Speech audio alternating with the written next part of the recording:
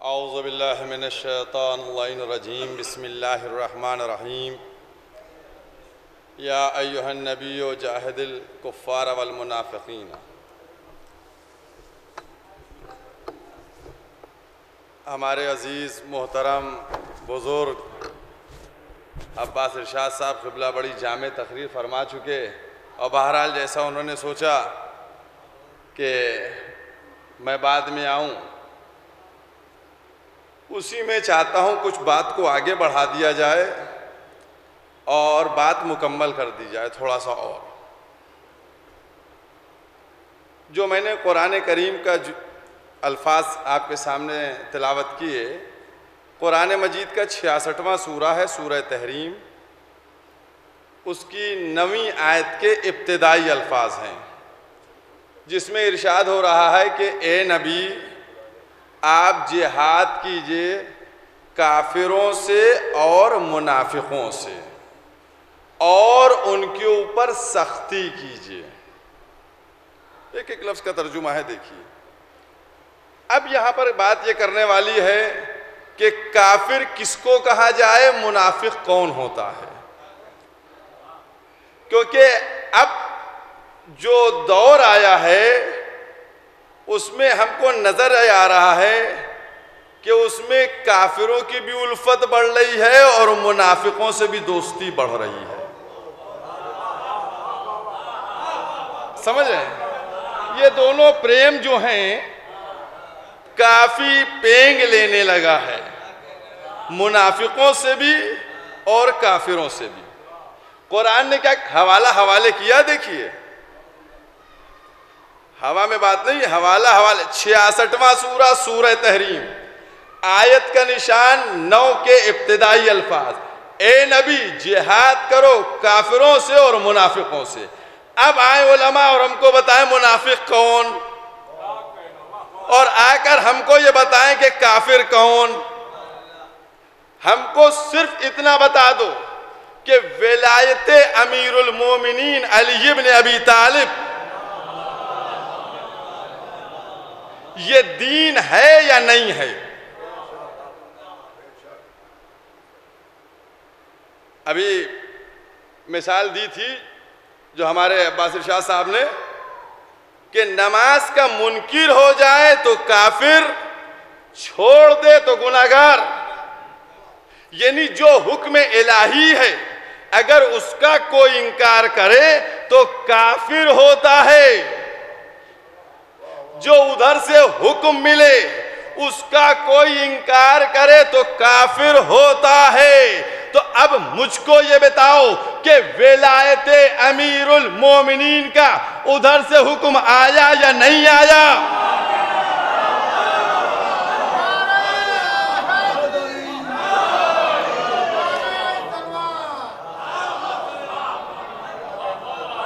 اب یہ بتائیں مجھ کو، دنیا سب مل کے بتائیں اور سر جوڑ کے بتائیں۔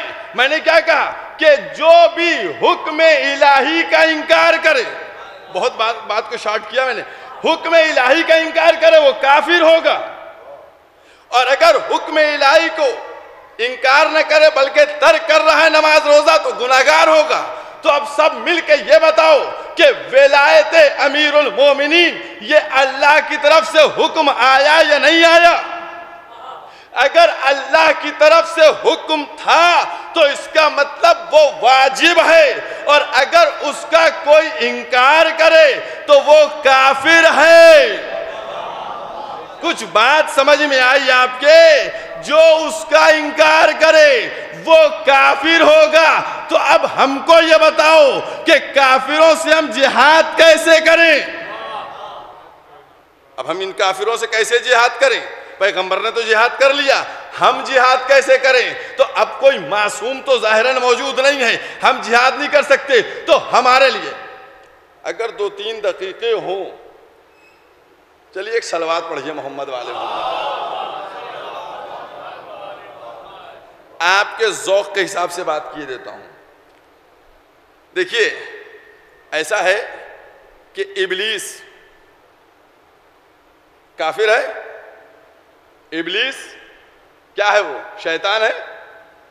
کس کا دشمن ہے؟ ابلیس کس کا دشمن ہے؟ اگر ابلیس، کوئی بول نہیں پایا، ابلیس، بہت غور کیجئے گا، ابلیس جو ہے آج کتنی پرابلم کریٹ کیے ہوئے ہیں. بھائی کوئی بھی کچھ الٹی سیدھی کرتا ہے، کیا ہوا؟ وہاں ابلیس بہکا گیا، شیطان بہکا گیا. قرآن کریم میں کھولیے گا 25 آیتیں. کیا وہ ابلیس سے کہا تم نے سجدہ کیوں نہیں کیا؟ اور ہم نے سجدہ اس لیے نہیں کیا کہ ہم آگ سے بنے ہیں، وہ مٹی سے بنے. انہوں نے کہا نکل جاؤ بارگاہ سے. انہوں نے کہا لعنت تمہارے اوپر. اور کیوں نہیں سے بہت بڑا ہے. میں یہ کہنا چاہتا ہوں کہ آخر اللہ نے ابلیس کو مار کے چیپٹر کلوز کیوں نہیں کر دیا؟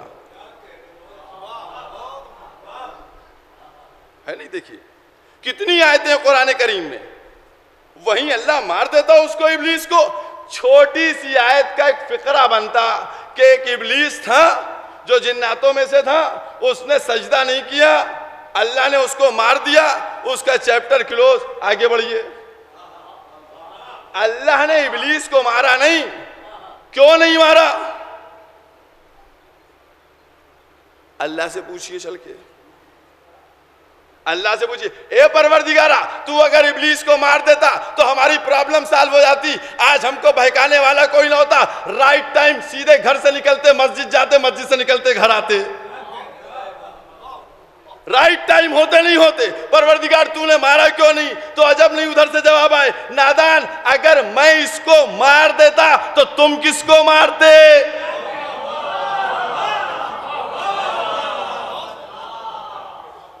بھائی آپ غور کیجئے کیا کہا اللہ نے. کیا کہا؟ قرآن ہے کہ جاؤ تم کو قیامت تک کی مہلت دیتا ہوں.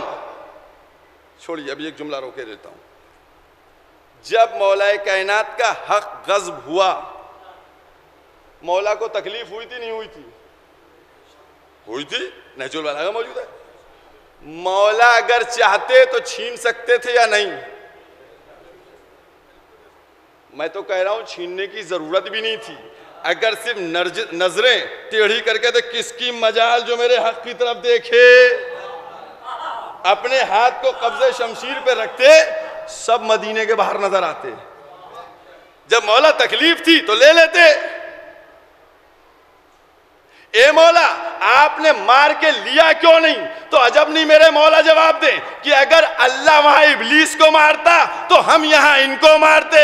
وہاں اللہ نے ان کو چھوڑا، یہاں ہم نے ان کو چھوڑا. اب آگے بات بڑھی. اے اللہ تو نے کیوں چھوڑ دیا ان کو؟ تو آواز دے گا تو نے قرآن ٹھیک سے نہیں پڑھا. کہا میں نے کیا لکھا ہے؟ کہا میں اگر مار دیتا تو فقط اس ولی کے خلاف، خلیفہ کے خلاف اٹھنے والے کو میں تنہا اکیلا مارتا. میں چاہتا یہ تھا کہ جو میرے خلیفہ کے سامنے کھڑا ہو اس کو ہم نہ ماریں بلکہ اس کی پوری اولاد سے پٹوائیں. تمہارے اوپر قیامت تک لعنت. کہا ہم ماریں گے تو مر جائے گا، لہذا ہم چاہتے ہیں کہ لعنت کے ذریعے قیامت تک پٹوائیں. اب کچھ بات سمجھ میں آئی یا اتنے بھولے وہ بھی میں سمجھاؤں؟ بھئی یہی تو مسئلہ آ گیا سامنے. میرے مولا کہتے ہیں کہ اے نادان میرے چاہنے والوں میں ان کو مار دیتا یہ سب مر جاتے تو میرے چاہنے والے کس کو مارتے؟ لہذا چاہتا یہ ہوں کہ میں چھوڑ دوں، چاہنے والے لعنت کے ذریعے مارتے رہیں.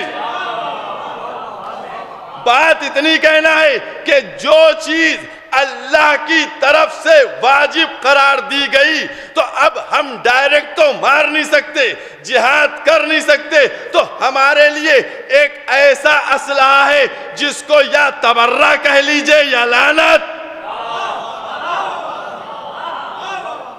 بھئی ہمارا دوستی کے پینگ نہیں بڑھ رہے ہیں، بھئی یہ دونوں کہہ لیجئے. بھئی اس سے ہم کو مارنا ہے، ہم کو برات کا اظہار کرنا ہے، ہم کو ان سے اپنے کو الگ دکھانا ہے. اور یاد رکھیے آج کل بہت 2-3 باتیں کہتا چلوں. آج کل 2-3 مرحلے چل رہے ہیں، سمجھ گئے؟ ایک مرحلہ مرجعیت کا چل رہا ہے، ایک مرحلہ ولایت امیر المومنین علی ابن ابی طالب اور ایک مرحلہ عزا امام حسین.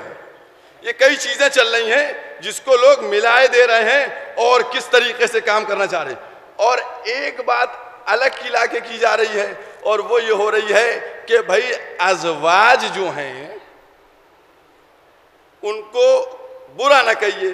جب کہیے بھائی برا کیوں نہ کہیں تو کہیں گالی نہ دیجئے. تو گالی دینے کا تو کہیں حکم ہی نہیں ہے, فحش کا تو کوئی گنجائش ہی نہیں, سمجھ گئے, اس کی کوئی گنجائش نہیں. ہم یہ پوچھنا چاہتے ہیں کہ قرآن سے بڑی کوئی کتاب ہے؟ سورہ تحریم, میں نے کیا کہا, 9ویں آیت کے ابتدائی الفاظ انہوں نے بتایا کہ کافر کون ہے. یا آپ ان کو صحابی مانیے, اور اگر آپ نے ان کو صحابی کہا تو پھر آپ کو ان کو ماننا پڑے گا کہ وہ مومن ہیں. بھئی اگر وہ صحابی ہیں تو مومن ہیں. ہم کہتے نہیں, صحابی یقیناً قابل تعظیم ہیں. صحابی وہ ہیں کہ جو رسول کے فیصلے کو قبول کر لیں. وہ صحابی کیسے ہو سکتا ہے جو فیصلے رسول میں شک کرے؟ آپ فیصلہ کر کے بتائیے, کیا اس کو صحابیت کی سند دیجیے گا؟ بالکل نہیں سند دی جا سکتی ہے. جس نے خود رسول کے فیصلے میں شک کیا ہو تو وہ صحابی نہیں ہو سکتا. اب جہاں تک ازواج کی بات آتی ہے تو ازواج بھی ہوتی ہیں. ازواج وہ ہیں محترم جن کا نام ہے جناب ام سلمہ, جن کو کہتے ہیں جناب خدیجۃ الکبریٰ. ہیں ازواج. کیا رشتہ جوڑنے سے کوئی بچ جائے گا؟ بچے گا؟ نہیں بچے گا.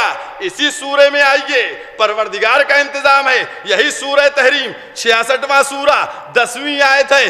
اگر نبیوں کی بیویاں مکمل طور سے رشتہ جڑنے کے بعد لائق تعظیم بن سکتی ہیں تو پھر نوح کی بیوی اور لوط کی بیوی جہنم میں کیوں پھینکی گئی؟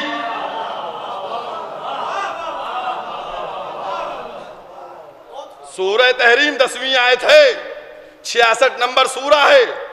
یہ کیوں گئیں جہنم میں؟ اور یاد رکھیے گا, ترجمہ جا کر گھر میں آج ہی پڑھ لیجئے گا, ہو سکتا بھول نہ جائیے. اس میں نیچے لکھا ہے کہ ان کے شوہروں نے کہا لیکن خدا کے آگے شوہر کی بھی نہیں بات مانی گئی. اللہ نے بات نہیں مانی. اس کا مطلب کیا ہوا؟ اس کا مطلب یہ ہوا کہ رشتہ جوڑنے کی تعظیم نہیں ہوتی ہے, کیریکٹر کی تعظیم ہوتی ہے. تعظیم کیریکٹر کی ہوگی, احترام کیریکٹر کا ہوگا.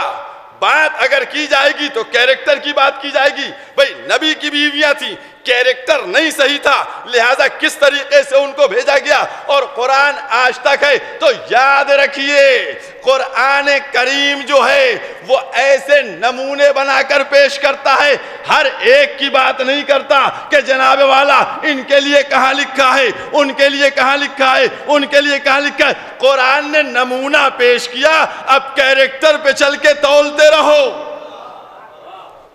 اب دیکھیے, بس بات مکمل کر رہا ہوں چونکہ ماشاءاللہ سے ہمارے شعراء آ گئے ہیں اور اب آپ لوگوں کو بھی میں بھاری پڑھوں گا, سمجھ گئے؟ بات ختم کر رہا ہوں. دیکھیے رشتے کی بات, یہ جو سورہ ہے نا سورہ تحریم, اس کی 9ویں آیت آپ کے سامنے میں نے بیان کی. 9ویں آیت میں کیا ہے؟ جہاد کرو منافقوں سے اور کافروں سے. اس کی 10ویں آیت میں کیا ہے؟ نوح اور لوط کی بیوی جہنم میں بھیجی گئیں. اس کی 11ویں آیت میں لکھا ہے کیا پتہ ہے آپ کو؟ 11ویں آیت میں رشتے کو دیکھیے گا. یہ بتائیے فرعون کی بیوی جہنمی ہے جنتی ہے؟ جنتی ہے. دیکھیے کہہ رہے ماشاءاللہ سے, اللہ ان کو سلامت رکھے, جنتی ہے. میں پوچھنا چاہتا ہوں فرعون تو دشمن خدا تھا, کیوں نہیں جہنم میں جائے گی اس کی بیوی؟ نعوذ باللہ, توبہ توبہ. کہیں گے نہیں نہیں وہ نہیں جا سکتی ہے, قرآن نے کہا. تو میں یہی تو کہنا چاہ رہا ہوں کہ رشتہ جوڑنے سے جہنم جنت نہیں تو ہوگی, بلکہ کیریکٹر پیش کرنے سے جہنم جنت ملے گی.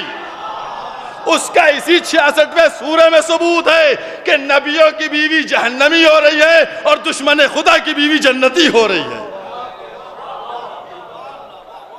عزیزان محترم, ہمیں سمجھنا چاہیے اور یہ ہمارا جو جشن ہے، یہ جشن امام رضا علیہ الصلوۃ والسلام، یقینی طور کے اوپر ولادت جو ہے وہ 11 ذی القعدہ 153 ہجری میں ہوئی. ابھی ولادت میں کچھ ایام باقی ہیں، 4 دن باقی ہیں، لیکن ہمارا عقیدہ یہ ہے کہ ہم جب فرش محفل بچھا کر ذکر شروع کر دیتے ہیں مولود کا، تو وہی دن محفل کا ہو جاتا ہے، عظمتیں برکتوں کا نزول شروع ہو جاتا ہے. چونکہ یہاں کس کا تذکرہ ہو رہا ہے؟ کیا تذکرہ ہو رہا ہے؟ یہاں اہل بیت کا تذکرہ ہو رہا ہے. اور میں تو سمجھتا ہوں کہ ہمارے 8ویں امام کے ولادت کی مناسبت سے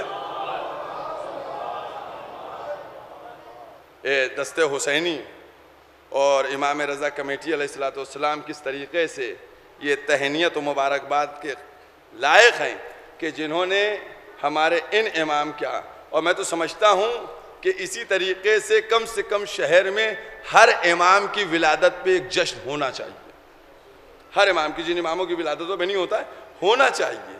اس کی وجہ یہ ہے تاکہ پتہ چلے کہ کب کس کی ولادت ہے، اور جن کے دلوں میں پیاس ہوگی وہ خود آ کر بیٹھ جائیں گے.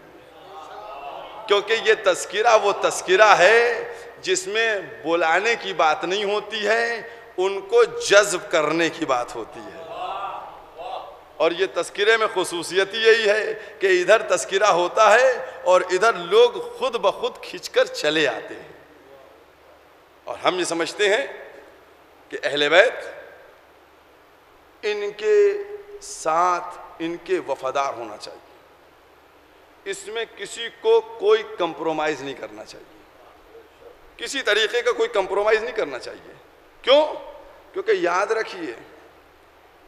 رکھیے قبر کے اندر اولاد تک نہیں آتی ہے. سمجھ رہے ہیں آپ نے دیکھا ہوگا کسی کا جوان بیٹا مر گیا، باپ بہت محبت کرتا تھا، کودا قبر کے اندر کودتے دیکھا کبھی کسی کے باپ کو کہ میں بھی بیٹے کے ساتھ لیٹوں گا؟ یا کسی بیٹے کو اپنے باپ کے ساتھ قبر میں کودتے دیکھا کہ نہیں میں بھی ابا کے ساتھ لیٹوں گا؟ تو جب باپ کی قبر میں بیٹا نہیں آتا اور بیٹے کی قبر میں باپ نہیں آتا تو ہماری قبر میں کون آئے گا؟ آئے گا تو صرف ایک میرے مولا آئیں گے، صرف مولا آئیں گے. لہٰذا یاد رکھیے میرے مولا نے فرمایا کلمات قصار میں ان کا جو کلمہ ہے میرے مولا کا، اس کو سنیے گا اور اس پہ عمل کرنے کی کوشش کیجئے. میرے مولا نے فرمایا کہ حق بہت بھاری ہوتا ہے، حق بہت بھاری ہوتا ہے اور باطل بہت آسان ہوتا ہے، لیکن حق جو ہوتا ہے وہ خوشگوار ہوتا ہے. وہ خوشگوار ہوتا ہے. میرا نہیں کہنا ہے، میرے مولا کا کہنا ہے. کلمات قصار میں 352 نمبر ہے، آپ جا کر دیکھیے. اپنے کو حق سے وابستہ کیجئے، حق سے اپنے کو جوڑیے.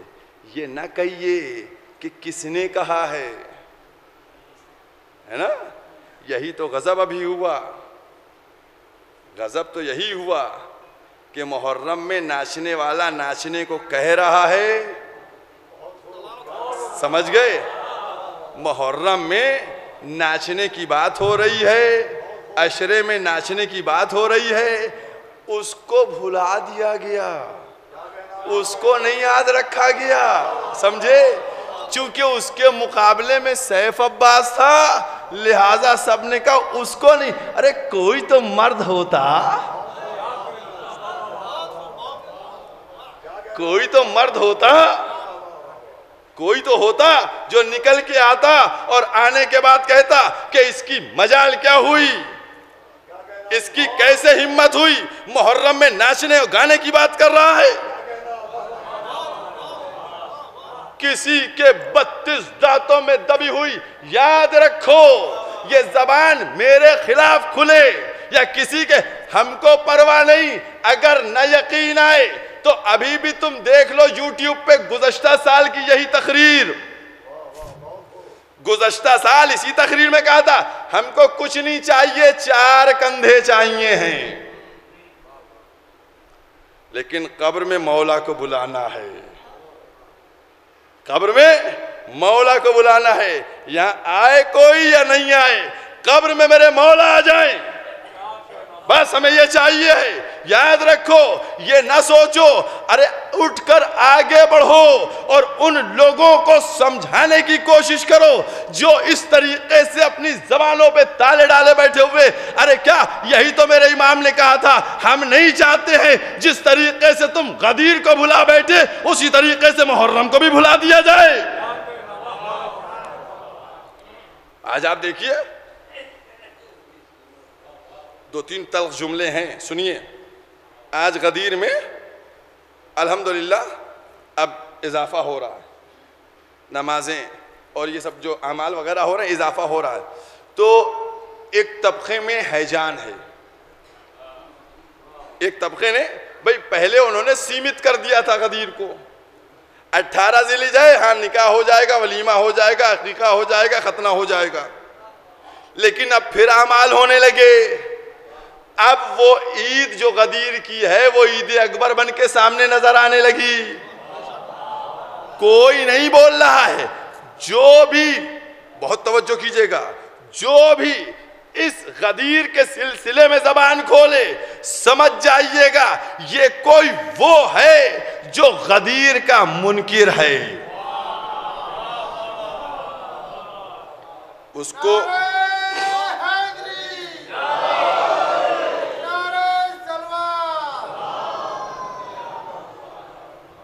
ہم تو کہتے ہیں ہمارے پاس ساری چیزیں ہیں، سمجھ گئے، سب چیزیں ہمارے پاس موجود ہیں۔ اب غدیر، اب کیا پروگرام چل رہا ہے؟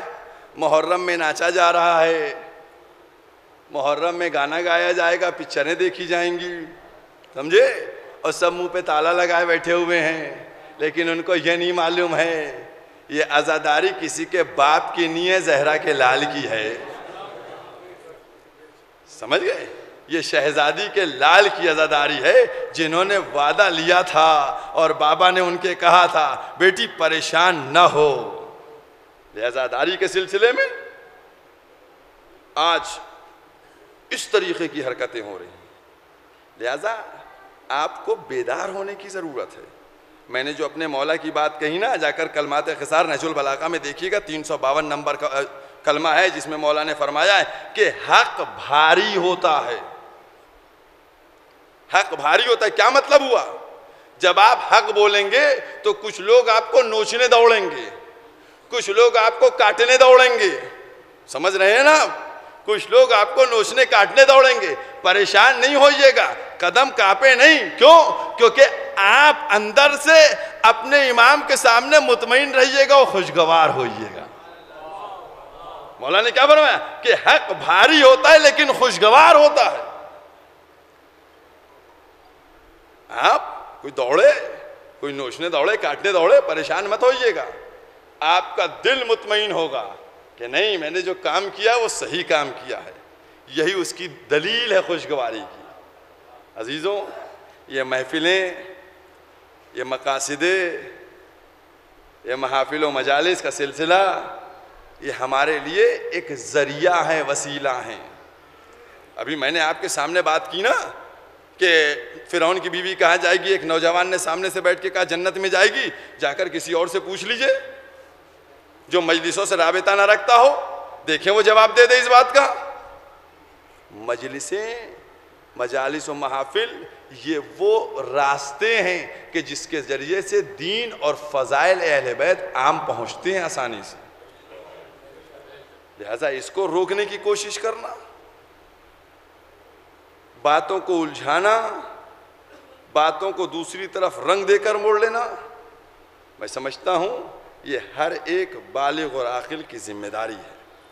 بس عزیزان محترم، کیونکہ بہرحال یہ جشن ہمارا جو ہے، اور میں نے جیسے کہا کہ آج ولادت کی تاریخ نہیں ہے، لیکن چونکہ ہم سب جمع ہوئے ہیں، انجمن دست حسینی نے، امام رضا کمیٹی نے، سب نے کیا ہے، لہذا ہم کو تہنیت تو پیش کرنا ہے، ہم کو مبارکباد تو پیش کرنا ہے۔ اپنے امام زمانہ کی خدمت میں.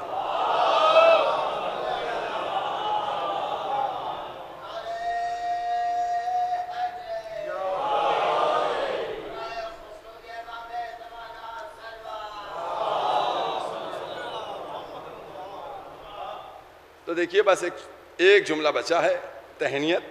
امام کو مبارکباد پیش کرنا ہے اور ایسے پیش کرنا ہے کہ مبارکباد پہنچے بھی، پہنچ جائے، گارنٹیڈ کہ وہاں پہنچے. اور اس پہنچنے کا طریقہ کیا ہے یہ ایک جملے میں آپ کو بتا دیتا ہوں. ایک چیز ہوتی ہے ظرف اور ایک ہوتی ہے مظروف. یہ جیسے تھیلی رکھی ہوئی ہے یہ ظرف ہے، اس کے اندر جو ڈائری ہے وہ مظروف. ٹھیک، آپ نے مجھ سے کہا یہ تھیلی دے دیجئے، تو میں نے جیسی تھیلی بڑھائی آپ کی طرف، اس کے اندر کا مظروف خود آپ تک پہنچ گیا. سمجھے؟ آپ نے کہا تھیلی دے دیے، میں نے ظرف بڑھایا، مظروف خود آٹومیٹک پہنچ گیا. تو اسی طریقے سے ہم یہ کریں کہ اپنی تہنیت بھیجنا ہے وہاں امام زمانہ کی خدمت میں، گارنٹی بھی چاہتے ہیں کہ پہنچ جائے، تو صلوات کا ظرف بنائیں، اس میں تہنیت کو رکھیں کہ جب صلوات وہاں پہنچے گی تو مظروف خود پہنچ جائے گا. وآخر دعوانا الحمدللہ.